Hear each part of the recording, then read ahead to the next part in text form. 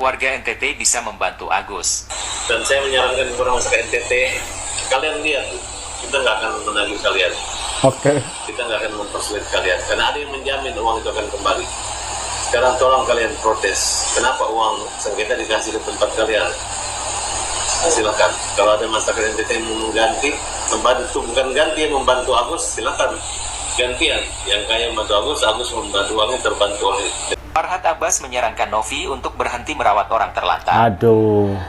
Oke, Abang, ini kembali lagi terkait Yayasan Bang. Bahkan Novi kemarin sempat posting status kalau tidak hanya dari segi finance, tapi dari segi anak asuh yang bisa dibilang tuh yang dirawat di rumah yayasan di Asal Kacak juga, Bang. Gimana nih, Bang? Sebanyak apa sih yang diasuh sama Novi? Kalau cuma 5 orang, sembunyi-sembunyi aja, jangan umumkan di Indonesia lu ngasuh 5 orang. Buset. Saya aja juga pernah ngasuh berapa orang janda dan berapa belas anak janda. Nggak ada minta tolong-tolong orang, nggak ada minta makan, nggak ada bikin konten-konten. Sekolah juga selesai sekolah kok. Ya, jadi jangan dibuat 5 urusan anak itu jadi urusan Indonesia. Udahlah, mulai saat ini saya menyarankan Novi, stop, nggak usah lagi ngurus anak telantar. Siapa lu? Udah, mendaftar lagi lah jadi pramugari atau jadi pengacara, sekolah lagi, nggak usah lagi ngurus itu. Agus, saya mau jadi artis. Wow. Ya, saya juga mau jadi artis. Maaf, Agus salah. Agus salah. Maaf, Agus sedih. Betul nggak? Jadi, pokoknya saya bikin kamu lebih hebat dari Denny Sumargo. Tanpa sadar, FA mengatakan Agus bersalah. Kalau memang Agus tidak bersalah, seharusnya dia bikin lagu dengan judul Agus Tidak Bersalah. Paham kan maksudnya? Berarti di sini secara tidak langsung FA mengakui bahwa Agus memang bersalah. Video pertama, ini konsep berpikirnya FA seperti apa ya? Saya bingung. Jadi dia meminta kepada warga NTT untuk protes kepada Denny Sumargo, Tenovi, Gary, Pablo Benua. Kenapa uang Agus diserahkan kepada para pengungsi di Nusa Tenggara Timur? Kalian sudah dibantu, saatnya bagi kalian untuk membantu Agus, terutama bagi orang-orang kaya yang tinggal di NTT. Waktunya bagi kalian untuk membantu Agus. Jadi ada hubungan timbal balik yang saling menguntungkan. Katanya itu uang Agus yang 1,3 M sudah dipergunakan untuk membantu para pengungsi di Nusa Tenggara Timur, dan sekarang dibalik, orang-orang kaya yang ada di Nusa Tenggara Timur, bantulah si Agus. Saran saya, kenapa Bapak FA nggak ngasih uang ke Agus? Bapak FA kan orang kaya, pengacara terkenal. Pastikan uangnya banyak dari klien. Kenapa nggak bantu Agus? Kenapa harus nyuruh masyarakat NTT untuk membantu Agus? Ini konsep berpikirnya benar-benar nggak jelas sama sekali. Yang kedua, ketika FA mengatakan Tenovi stop bantu-bantu orang-orang terlantar, orang-orang yang membutuhkan bantuan, mendingan Tenovi balik lagi jadi pramugari. Pasti Tenovi akan merespon seperti ini. Siapa lu? Kok ngatur-ngatur saya? Urusanmu apa? Terserah dong. Saya bantu orang, saya posting di channel YouTube, di sosial media, itu kan urusan Tenovi. Tidak ada larangan bagi siapapun, bagi seseorang yang membantu orang lain, kemudian tidak boleh dipost di sosial media, di YouTube. Kan itu salah satu sumber pendapatan dari Tenovi. Itu namanya kerja cerdas, kerja pintar. Jadi kerja itu pakai otak, nggak cuma pakai tenaga. Bantu orang dikontenin, ada pendapatan, uang AdSense-nya sebagian besar dipergunakan lagi untuk membantu orang lain. Itu namanya kerja pintar, Pak. Kerja pakai otak, bukan pakai tenaga doang. Saya heran juga ya, ada yang mengkritik gitu ya, Tenovi bantu orang kenapa dikontenin? Itu urusan Tenovi. Tenovi mau kontenin kek, mau nggak dikontenin kek, itu urusan dia. Kalian tuh nggak punya hak untuk mengatur Tenovi. Respon netizen terkait pernyataan dari FA yang meminta kepada sebagian besar warga NTT untuk membantu Agus. Cara berpikirnya itu gimana sih? Netizen heran. Cara berpikirnya FA itu seperti apa sih? Sudah begini saja, Farhad Abbas yang kasih uangmu saja. Nah, setuju dengan pendapat ini. Seperti yang saya katakan tadi, ya mendingan uangnya Farhad aja yang dikasih ke Agus. Kenapa harus minta ke warga NTT? Pasti warga NTT nggak akan mau. Kenapa? Karena masih banyak orang di luar sana yang lebih membutuhkan daripada Agus.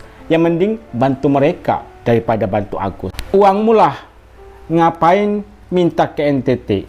Betul sekali, ya pakai uangmu saja. Kenapa minta ke masyarakat NTT? Banyak orang susah daripada Agus. Kenapa Agus terus minta bantuan? Istrinya masih sehat, bisa kerja. Nah, saran saya, Agus kan sudah sehat nih. Elmi istrinya bisa mencari pekerjaan. Ngapain mengharapkan uang bantuan dari masyarakat NTT? Masyarakat NTT pasti tidak akan mau Bapak Farhad yang terhormat. Daripada buat Agus, lebih baik bantu saudara sendiri di NTT. Kenapa? Karena masih banyak banget orang di NTT sana yang sampai dengan saat ini masih hidup di bawah garis kemiskinan dan membutuhkan bantuan. Jadi ngapain mereka memikirkan untuk membantu Agus? Orang terdekat mereka di sana saja membutuhkan bantuan. Ngapain mikirin orang yang jauh? Istilahnya seperti itu. Dilancarkan segala usahanya. Ya, yang untuk nonton Bang Agus, hidup tuh nggak perlu mengeluh, jalani apa adanya. Insya Allah mudah-mudahan ada aja rezeki buat kita. Ya, jangan pernah takut, jangan pernah putus asa. Jadi motivator Agus. Ya, namanya hidup pasti rasa kecewa, putus asa itu pasti ada. Ya. Ya, gimana kita caranya lagi untuk mengendalikan rasa sakit itu, rasa kegelisahan itu, semua ada solusinya, semua ada jalannya selagi kita mau berusaha. Ya Gus. Ya, itu yang Bang Agus ingatkan. Terus jagalah lisan kalian. Untuk saat ini bisa kalian bahagia, caci, maki, nanti yang Abang Agus takutkan nanti bisa balik itu semua nih yang Bang Agus takutkan. Lebih baik kita jadi orang yang merendah, ada sedikit rezeki kita tetap bersyukur. Nah, itu yang harus seperti itu kita jalani. Sayangin orang tua kalian. Betul. Karena orang tua kita adalah segalanya. Betul Agus. Mau senang, mau susah, namanya orang tua itu tetap nomor satu di hatinya Bang Agus. Betul. Rasa cintanya, sayangnya.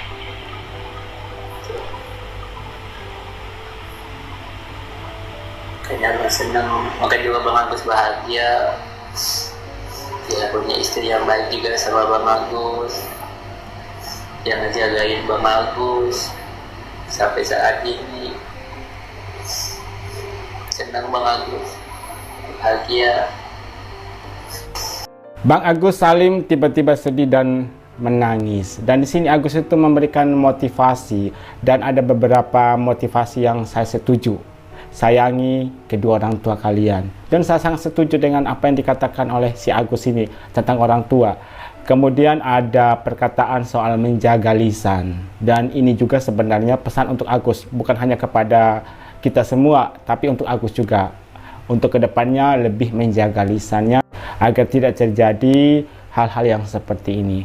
Dan sebenarnya saya punya pesan khusus untuk Agus, biar Agus berhenti untuk dibully oleh netizen. Yang pertama, kurangin live di sosmed.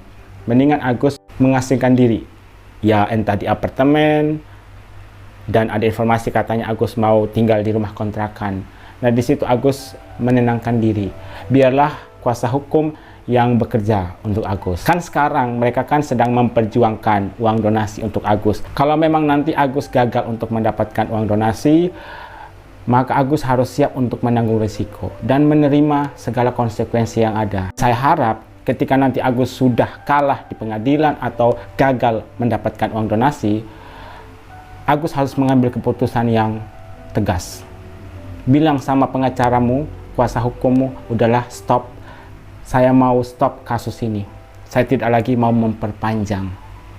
Karena netizen akan terus membuli Agus kalau Agus masih terus untuk melanjutkan masalah ini. Dan saya yakin ketika semua itu berakhir, akan ada banyak orang di luar sana, orang-orang baik yang akan membantu Agus.